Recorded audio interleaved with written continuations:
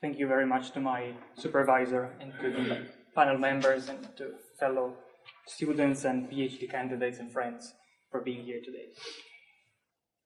The research dealt with livability, seen from an urban design perspective, in the context of Tokyo's peripheral areas, which are about to be subject to an age of shrinkage.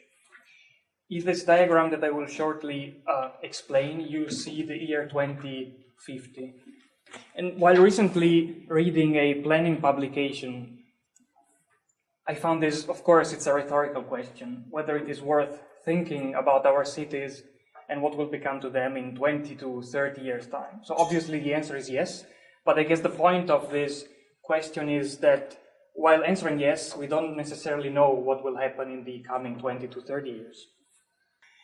So this is the content of the presentation. Beside an introduction, we will have a more specific focus on the methodology and showing one of the three main case studies, that of Tama New Town, which is seen very much in contrast to the previous one presented at the preliminary review, which was Kunitachi, another example of successful case of peripheral areas, and here it is a rather opposite one.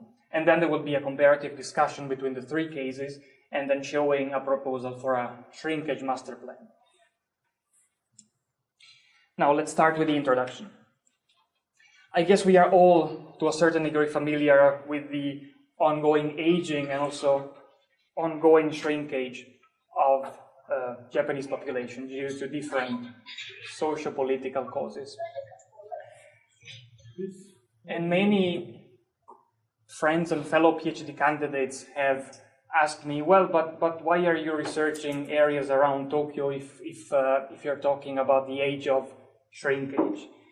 And that is certainly true. So far, the focus has been on remote areas and mountain areas. But in recent years, there has been a growing attention to what will happen in the outskirts of the capital itself and on major urban areas.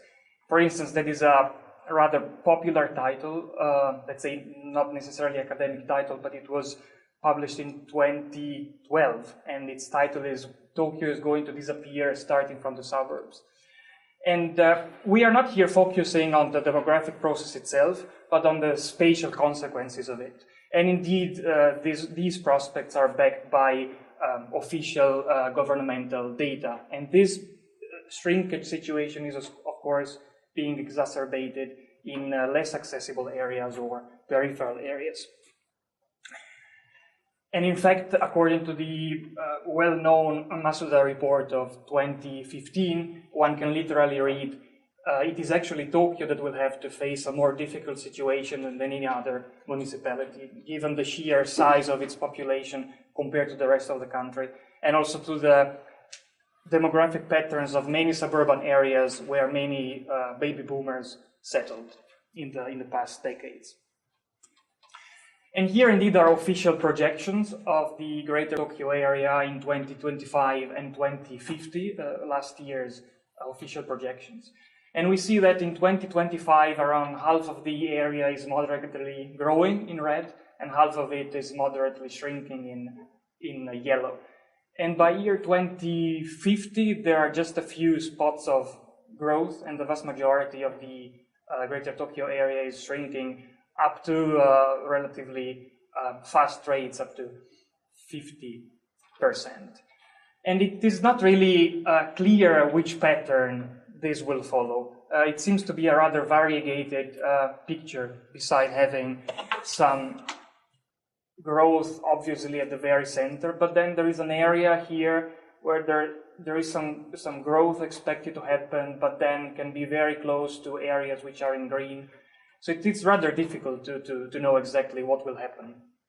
And since the focus of the situation here is on peripheral areas, I guess the point is, well, what do we exactly mean with peripheral areas, and what are you tackling given this situation? Of course, the center is excluded, that is obvious, but then also areas which are beyond 40-kilometer radius from the center are excluded, in that they really are similar to shrinkage pattern of remote areas. And here there is a rather ambiguous zone, almost anything can happen zone. They could be going to either or the other direction. They are neither central nor rural. And this is what is, let's say, less studied, have been less studied so far, and this is the focus of this thesis. Now, the spatial consequences of shrinkage, less revenues for municipalities, vacant properties, this is very present even in popular discourse in the country, degradation of the built environment. And then there have been different ways to deal in theoretical terms and practical terms with these prospects. Talks about decline paradigm, deurbanization, why shrinkage, or this governmental action calling for municipalities to implement and revise their master plans called the Dichiteki Keikaku. And here, this is all fine and well, of course, but then the question is, from an urban design point of view, how does one concretely implement these normative guidelines into each city, into each neighborhood? And they are, of course, all different if this is based on projections. And here one comes to a point where future projections based on statistical laws appear to assume a passive population, that is, a population submitted totally to the laws which govern its behavior. In principle, this means we don't really know whether these predictions are really going to happen that way. And in fact, so far, the discourse has been rather on the negative side. We have seen this title already, not every city can be saved.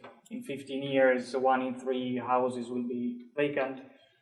But let's see whether it is possible to find a different narrative out of it and see the positive side, if there is. And let's imagine going to a bookshop and to this specific shelf and see whether there is a different narrative at play.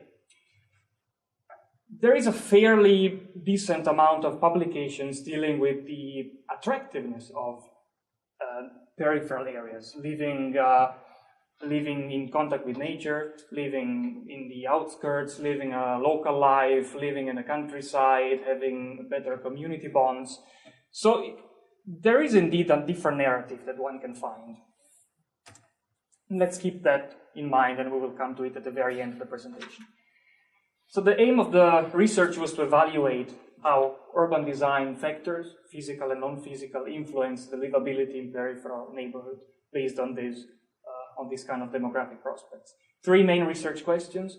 How do morphological and urban management factors affect livability? That is, if we take as case studies neighborhoods and cities with similar accessibility, why are some considered successful and others much less so? What is the difference between them?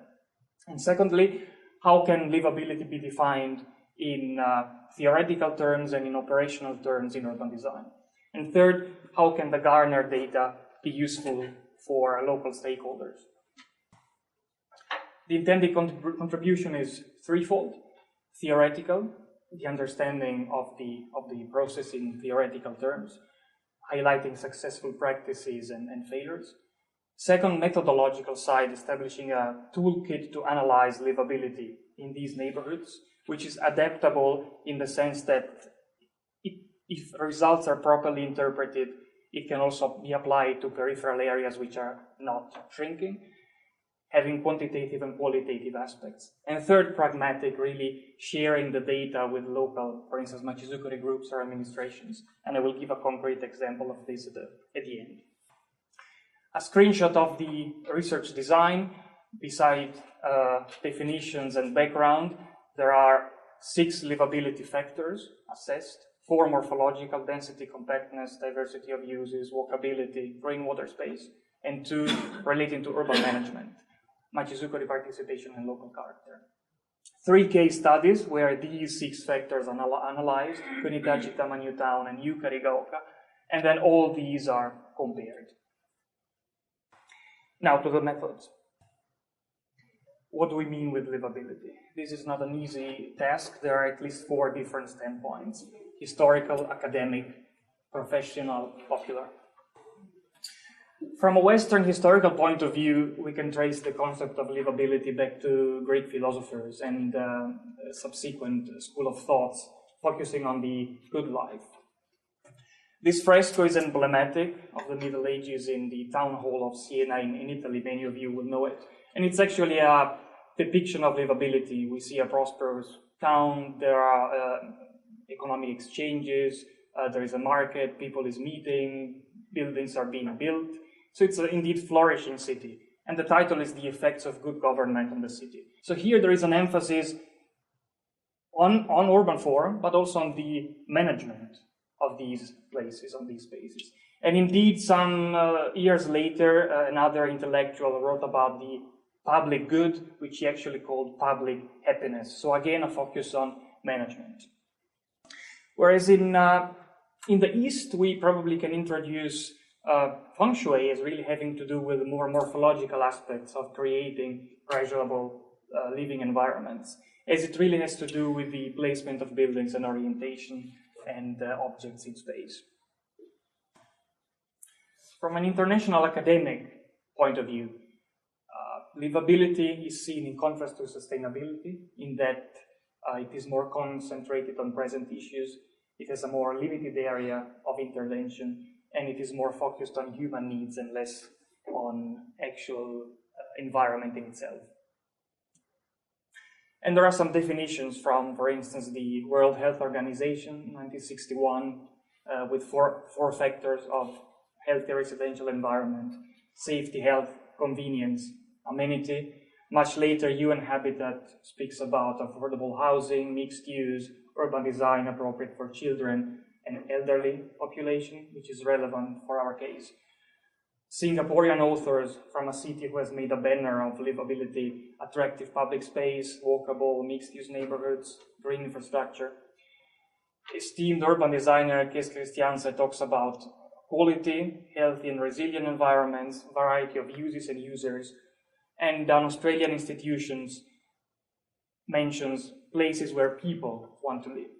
Now, this is in a way disturbing. In fact, if this is so, then does it mean that each one of us has his or her own definition of livability? And in fact, some authors plainly say an inclusive assessment of livability is simply not feasible. But we are familiar with different professional and popular ways to measure livability. LEED is quite an important one, especially the neighborhood development aspect, and indeed it has become an almost de facto measure of livability for administrations. CASB is the Japanese equivalent, CASB for cities in the specific case, and all the plethora of livability rankings. These are three of the most known ones. You see the number of assessed factors varies. Here, color-coded, you see factors which are in a way similar across the three. And here, color-coded in red, the ones more relating to the environment or urban environment. So this is really becoming quite large, and we need to see what we can make out of it. In Japan, etymologically, there are many expressions relating to livability, but they seem to have a certain correspondence to the English definitions, and especially also here one sees town where people want to live. So there is a certain correspondence. And in Japan, there are own livability rankings. I found 5 of them, and here 4 are represented.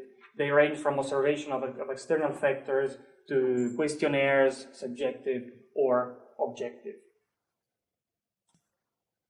Now, we've come to this point, and we surely can see, well, how does one recognize qualitative and quantitative, and how does one reconcile them? And second, who selects criteria to be assessed? Who's supposed to select them, and what would local inhabitants pick? And there seems to be a certain aspiration to an ideal global model into this. So I think, yeah, an inclusive assessment of livability is not feasible, but it is sure possible to make promising condition profiles. And this concretely means that there are certain characteristics of livability, and in this case, in this research, it is defined as the alignment between desired and actual living condition of a certain community. So based on the goals and specific needs of each community, the livability of itself needs to be defined and interpreted differently. And when it comes to operational terms, one sees really a division between morphology and management. And this runs deep in history, at least in the West. Urbs and civitas, in English, it has been preserved neatly, the meaning of these two words. In French, it used to be like that. And it's really a difference between design and process. So based on more specific literature on urban design, I've selected these 4 factors for morphology and these 2 factors for urban management. Density compactness. I will make use of a tool by Dutch researchers combining density and compactness, the so-called space matrix. The two needs to be combined. As one can see, this scheme and diagram represents 3 settlements with the same density but very different compactness, so very, very different urban character. On the vertical axis, we have the floor space index, or FAR, and on the horizontal axis, the ground space index, which is the compactness itself. And here, there is the number of floors, average number of floors, and the ratio of open space to building public. Diversity of use is another tool by a Dutch researcher slowly entering official planning discourse in the Netherlands, subdividing uses into 3 categories. Housing is clear, working comprises offices and factories, places of production, and visiting is pretty much all the rest, public buildings, shops, etc.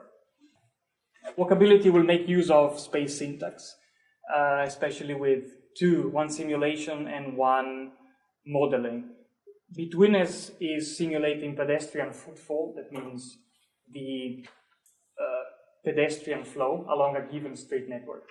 And gravity, in this case, is used to simulate the accessibility to shops from all residential buildings, considering travel cost, in the sense that if it were a simple reach analysis, one would have a house reaching a shop in 499 meters and a house reaching a shop in 10 meters would both give a value of 1. But with gravity, there is a certain hierarchy between the two. And this exponent beta simulates the different topography if the terrain is flat or if it's more demanding when it comes to walking. Green and water space is very much a mapping on the one side, and qualitatively it presents an on-site findings of use and condition of open spaces and green spaces. Machizukuri participation dealt with interviews to experts and activists, and then to the examination of local policies when it comes to participatory mechanisms. Local character is really the image of the city in the Kevin Lynch sense, or the identity, but also a focus on more market-savvy strategies of place branding with official communications by town hall and also word of mouth by the residents themselves. Here are the case studies, 3 of them.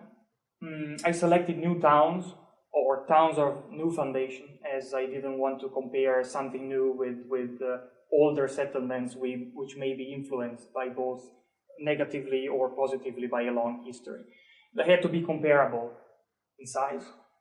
They had to be from different types of developer, private and public, and have a different status quo, a different degree of success.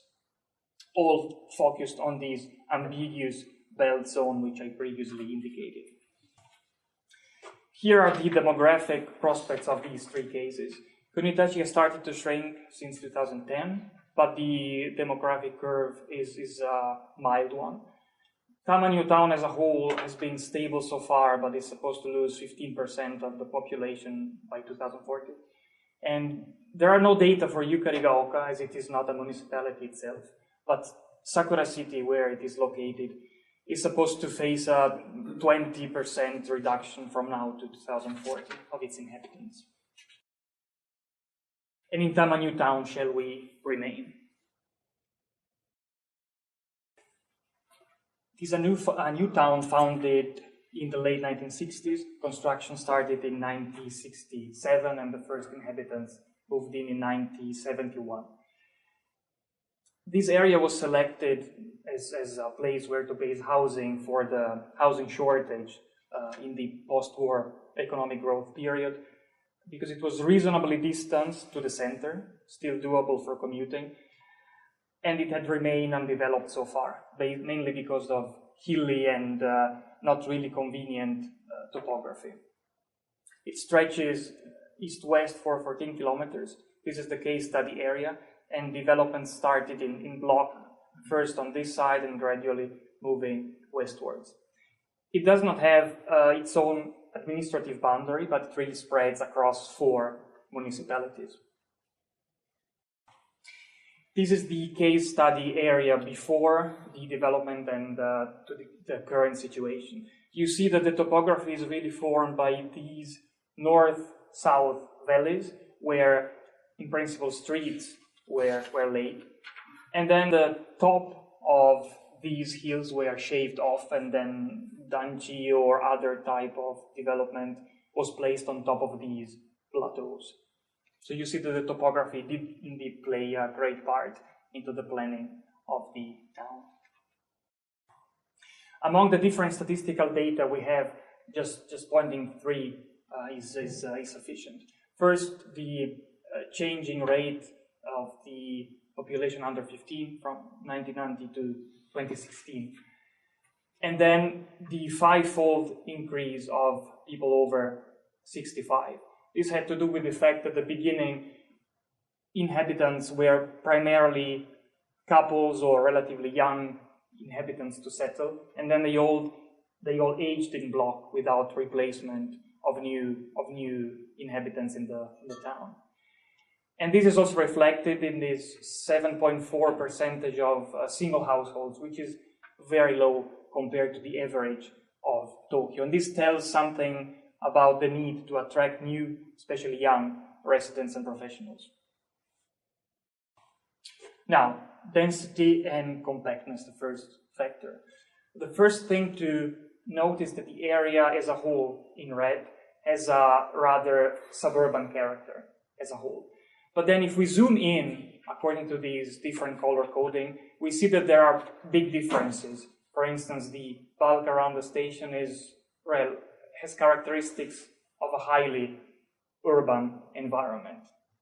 And this type of settlement and development is in a way unique in the whole area. And then we can see some development following the streets composed of single and detached houses.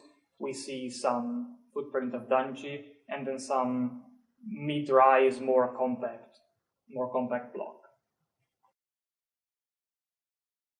When it comes to diversity of uses, first, to examine the number in quantitative term, the area would seem a rather mixed development, in the sense that there is a 40% of non-residential functions. But the spatial distribution is very, very unbalanced. Basically, all the bulk of non-residential is happening around the station, which itself is obvious. But then knowing that these other yellow buildings are schools and some of them are already vacant, that means that beyond this area, there is no other function other than that of housing. And this will be clear in the following analysis. There are certain discontinuous street fronts here that are forming a kind of incomplete high street. These type of neighborhood shops at the base of danchi are generally in a state of disrepair, and 1/3 to half of them are empty and vacant. And then I found something which I expected only from remote areas and mountain areas, which is this truck moving from danchi to sell grocery and fresh food to the inhabitants, telling something about the lack of accessibility to shops and shopping opportunities. Walkability. I would put the attention on the gravity analysis enforcing this idea and this representation of shopping and lack of shopping opportunities. Each point represents a house, and you can see how many shops can be reached within a 500-meter walk within the given street network. And considering that around this area only a few mentioned buildings are present, it means that in principle beyond this point these households do not have access to any shop within 500 meters of walking. And in fact, one indeed does see this sort of situation crossing the plateaus where danji are located with this, with this series of stairs and ramps, and obviously the difficulty implied by the elderly residents. Then there is this large boulevard here connecting the station to some cultural institutions, and this is really a relic of modernist planning, and while in itself it's safe as there is no traffic, by the sheer size it's extremely overscaled. By the sheer size it really tends to look empty and devoid of street life. Green water space. When one sees the quantitative analysis, the number is really quite high. There's over 51% of ground is dedicated to green. And this has to do with the fact that with this analysis, private green was considered into the calculation, which is around 20%. The interesting point to notice in Tama New Town is this type of green, which is the shared green in between danji. So management of this green is either due to management fees by the residents, but people living here are not necessarily an overabundance of economic means, and also volunteering activity is rare as aging population is really finding this a proper burden. These areas cannot be left unmanaged as they are really close to the buildings, but they are also in a way unusable, this type of green, and its burden and its management has become really an issue. To the point that it is green is so overabundant, then this large park, which is a public park actually, it's in a state of disrepair. It's, let's say, an abandoned park, completely abandoned. And another thing to note, the orange color, agriculture, which used to be present in the area, has disappeared completely. So this type of productive green is completely absent in the development. Machizukuri participation, being at least part of it at the beginning, a kind of bad town, that means that residents did not have much time and willingness to be involved into practices of participation and self-help when it comes to the management of these spaces. And this so-called experts committee was formed in 2004, and it's probably the most advanced bottom-up machizukuri activity in the area. So since there is no real spontaneous action by the residents, there is this, in a way, experts committee which is supposed to link the administration to the residents. But the success or the effectiveness of these, I guess, will need to be seen in the following years.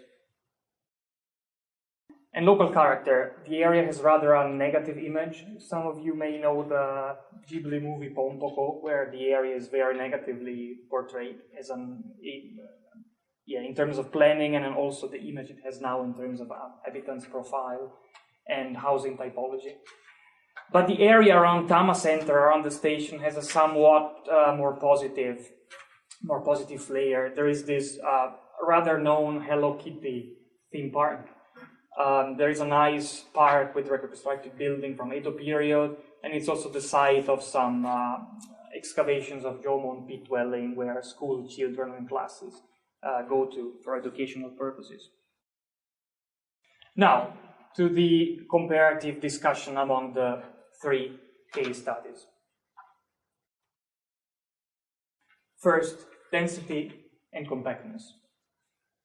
One thing to note along the vertical axis, it is a little bit small in the printout. It is much clearer in the thesis itself. First, we notice that in red, as a whole, Kunitachi and Tama New Town has the same density, despite having such a different environment. And what is the real difference is the degree of compactness, which you see on the horizontal axis.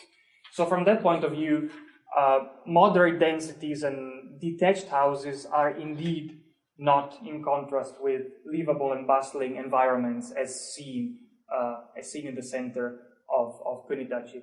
What really does matter is the degree of compactness. So from that point of view, as long as a certain compactness is there, peripheral areas to be livable don't really need to be that dense. And Yukarigaoka is somewhat in the middle of these two, is compact when you see the single blocks, but then it has spared large areas of open space, and we will see later what the reason for this is. Another thing to note is the difference between the density and compactness as a whole in red, and then single areas in single blocks. Kunitachi is rather uniform, we can say, and in Tama New Town there is a quite some variation, and also in Yukarigaoka. So that means that if this is a way, let's say, problematic according to socioeconomic terms, and Yukarigaoka is not, that really has not to do with this. It is not something that can really necessarily be good or bad for livability. But the difference is, while Yukarigaoka has a high-rise center, the building bulk is much smaller than that of the center of Tama New Town. So that means that while having this strong high-rise core, this soon gives way to basically detached houses, and this actually works quite well. And another thing in which we will see this factor at play is that around the core of Tama New Town and this Tama Center area, they placed a large park. So instead of putting housing closer to services and to transportation, there was the placement of a large park, and this further exacerbates the distance between residences and functions. Diversity of uses. There is a surprising finding. When one sees the value as a whole, Tama New Town is indeed the most mixed area, most mixed of Kunitachi and of Yukarigaoka. And here again, it is not really an issue of quantity when it comes to livability. It is an issue of the spatial distribution of the uses. In fact, all uses here, as we have seen, are concentrated. While in Kunitachi they develop in a linear fashion. Of course, they are around the station as it is normally, but then they really fan out across these 2 or 3 boulevards. And Yukarigaoka is somewhat in the middle. There is some kind of high street moving forward to the north. So this, by the spatial distribution of these, that means necessarily that some houses are more connected and come in more contact with this type of uses. And then another thing we can notice is the blue, the prominent blue in Yukarigaoka, means productive functions. And this has to do with the fact that all these are farms or local agricultural production. Since Yukarigaoka decided to, or the developer Yukarigaoka preserved those in the original master plan and implemented those into it, instead of erasing them as happened in Tama New Town. So this, of course, brings employment opportunities and brings some microeconomic vitality to the area. Walkability, betweenness, or pedestrian footfall. I think the most surprising finding was in Kunitachi. I explained it last time during the preliminary review. Actually, when running the simulation, there was a great deal of difference between simulated pedestrian footfall and actual counted footfall of people on site. And this is because this simulation was run considering shortest path scenarios. So assuming that people would choose shortest path to reach, for instance, the station or shops. But this was not the case in Kunitachi. In fact, it turned out that people chose to walk the central boulevard because it had larger sidewalks, it had trees for shade, it had sitting opportunities. So this had 2 implications. First, the importance for administrations of high-quality public space. And secondly, methodological, questioning the value and the reliability of certain simulations based on shortest path, for instance. Walkability, gravity, that means accessibility to shops. As we have seen, this is the, in a way, heat map of accessibility to shops of residential houses in Kunitachi. And we have examined already the situation in Tama New Town. And then Yukarigaoka is somewhat puzzling. One sees that the colors are in a way more balanced, but the absolute numbers are quite low. So then we may conclude that houses in Yukarigaoka have poor accessibility to shops. But then we have to note that following this kind of loop and then connected to the main railway line is a monorail in Yukarigaoka, which was built and managed by the developer itself. So while on foot, indeed, the number of shops is limited, by having these local, very small monorail services, the potential can be really unleashed over the whole area. Green water space. Kunitachi has the least amount of green space and has only private or public green space. Tama New Town is the only one having the shared green, the one between the danchi. And this is indeed the problematic type of green. So for instance, sometimes one finds that in literature that green space in Tama New Town is too much, it cannot be managed. But that is not quite true if one sees Yukarigaoka, which has even more green, but is properly managed. So again, it is not really the quantity of green in the case of peripheral areas with this, in a way, limited pool of resources and aging population that matters. It's really the type of it. And in fact, a large portion of space, of green space in Yukarigaoka is here in orange, is agriculture, in this case, paddy fields. And then there are also here in yellow areas of forested land. So this means that once again, like in the uses and the distribution, often it is not really the quantity that matters for livability at this district or neighborhood scale. It is really the distribution and the type and the use you make of it. Machizukuri participation. This was a chance to highlight two, I don't really want to call them best practices, but definitely cases to look and to reference to for other municipalities. Kunitachi, as explained in the preliminary review as shown there, is the birthplace of Machizukuri in Japan, ever in the mid-1950s. It's the place where Machizukuri started to be called. So, and it has continued so far, most prominently in an ordinance of 2 years ago, where the town hall actively encourages citizens to form groups at the neighborhood level, be recognized at town hall, and then in a way petition for local livability issues concern their residential environments. And then in Yukarigaoka, we find let's say, private version of it, in the sense that these micro neighborhood organizations are not coming from administrative subdivisions, but really based on the, in a way, goodwill of the developer itself. So they have a kind of, in a way, market-oriented savviness into it. So actually, Yukarigaoka, being privately founded and managed, has been able to find some fine-tuning when it comes to area management. For instance, they have a system in which residents are guaranteed that they can sell their property back to the developer at full market appraisal price. And then they will be able to move, for instance, within Yukarigaoka to a smaller apartment, to an elderly care home, etc.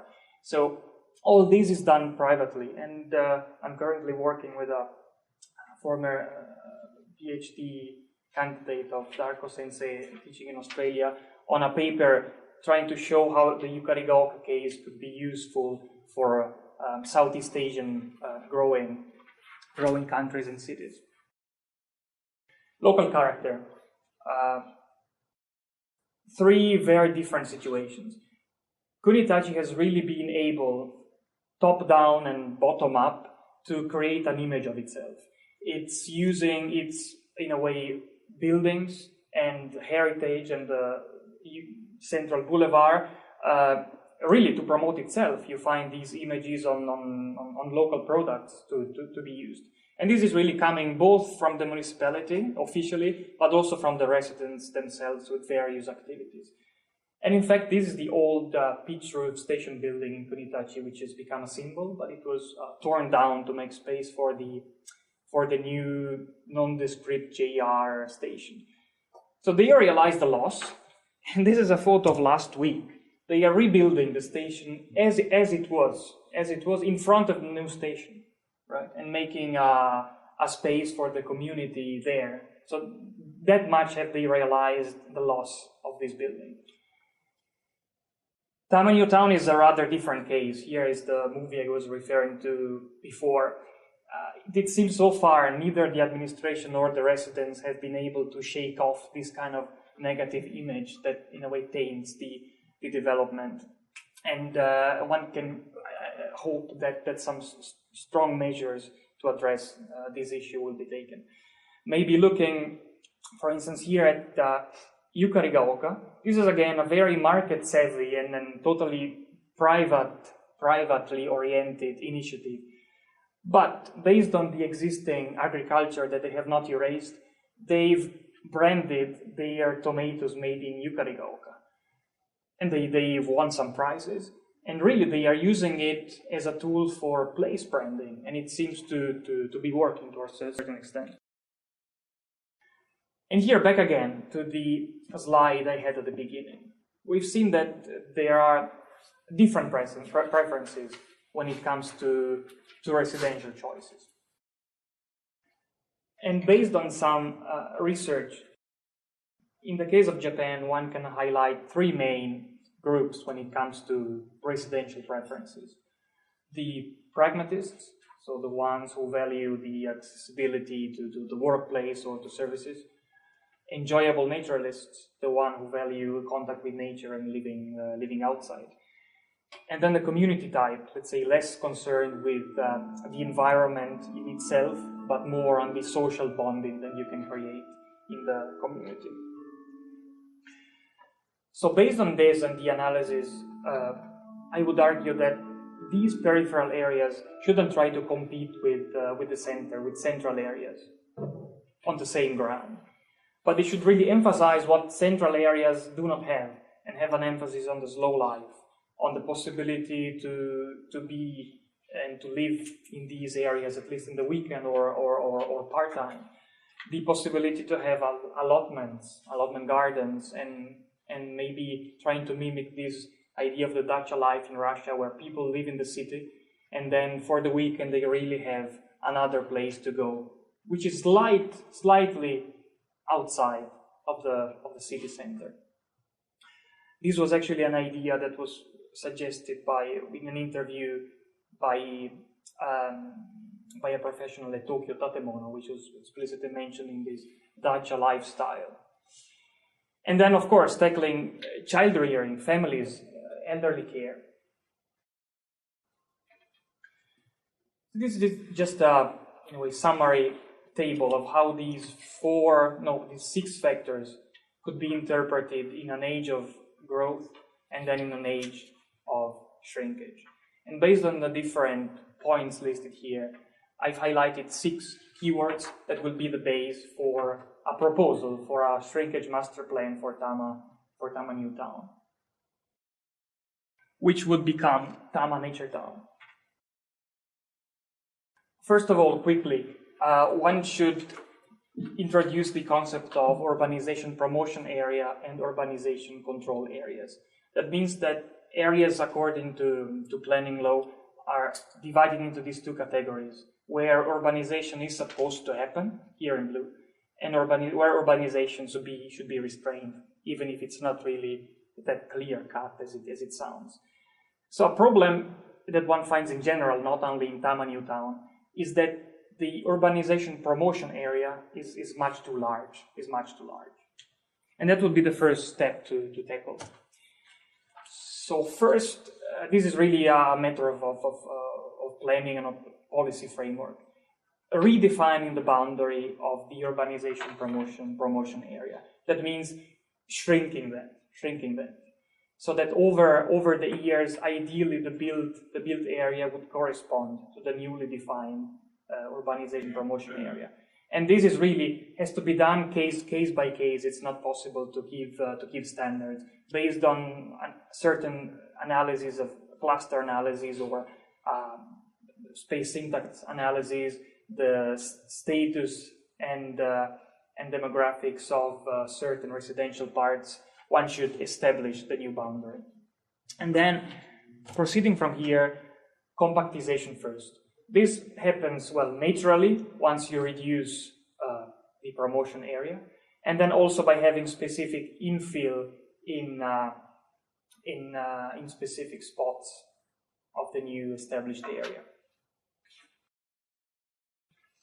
And then this entails a downscaling of uses, which means in principle distributing them in a more fairly manner.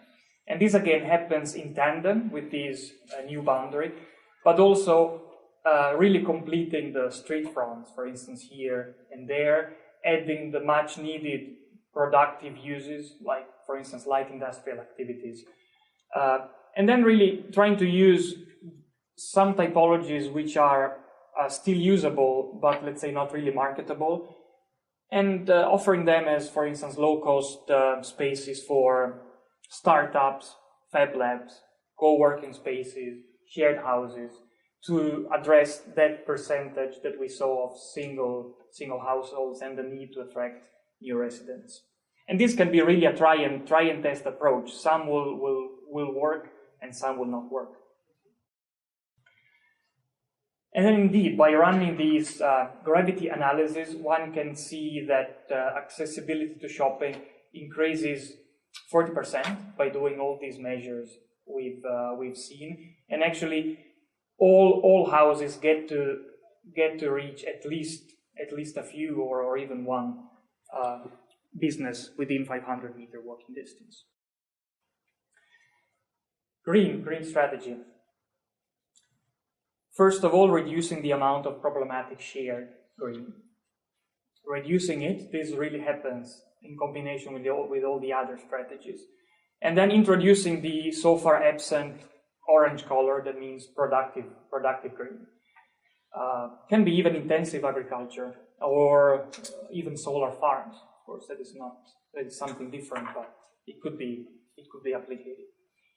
And then having a buffer space of allotments or Kleingärten to mark the transition between the residential and this more intensive agriculture area. So here is the current situation seen from the south. And then one sees that there would be new infill houses and additional functions. One would see some more intensive agriculture and this strip of allotments marking the buffer space between the two. Here is seen from the north, and one would have, for instance, different typologies like mid-rise condos with private gardens, and then, in this case, light industrial uses along the railway. This is another view. Again, completing the street front, and then having something that is not necessarily new, but something different, for instance, using animals for the green management. Actually, this is being tried out by Kajima Corporation, pilot projects using sheep and goat in this kind of peripheral areas. Now to the conclusions. There were three research questions. First, the interplay of the 6 livability factors in peripheral areas. The primacy of compactness. As we've seen, it is not necessary to have dense settlements. In peripheral areas, density can be low, and indeed can be conducive of livability and lively environments, provided that there is a certain compactness to it. And detached houses are by no means incompatible with lively environments. Second, primacy of spatial distribution of uses. We've seen it compared to the absolute quantity in itself. The primacy of attractiveness, this was clarified by Kunitachi. I did not explain it today, but really how people would prefer to walk an attractive public space, even if the route is to a certain degree longer than another one. And the potential in methodological term of a space syntax analysis, provided it's backed with other observational data. The primacy of type when it comes to green, I guess this has become clear with the preceding slides. And when it comes to machizukuri participation, I think the case of Kunitachi and Yukarigaoka on two different terms have really can really be seen and actually used almost as a reference to other areas to trying to adapt and implement some similar strategies to address their own concerns. When it comes to local character, the three cases were very, very different among each other. And in some, there was a strong top-down and bottom-up interaction, like in Kunitachi. In Tama New Town, there seemed to be a kind of lack or both, where in Yukarigaoka, there was indeed a very, very strong top-down managerial private mode of seeing and using local character. But this is not necessarily bad in itself. I mean, even though it didn't have really any connection to local administrations of Sakura City, indeed the end results has seen a gradual devolvement of responsibilities to residents in Yukarigaoka in a gradual manner, which is coming closer to a fully fledged own municipality in itself. Second, how is livability to be interpreted and analyzed for urban design? I've been communicated with this research at the Uniqueness Research Institute, who used to be a researcher at Keio SFC actually. And we haven't met yet, but we've been communicating. And he really does this kind of adjustment plans. He did one for Hachioji, for Nagoya.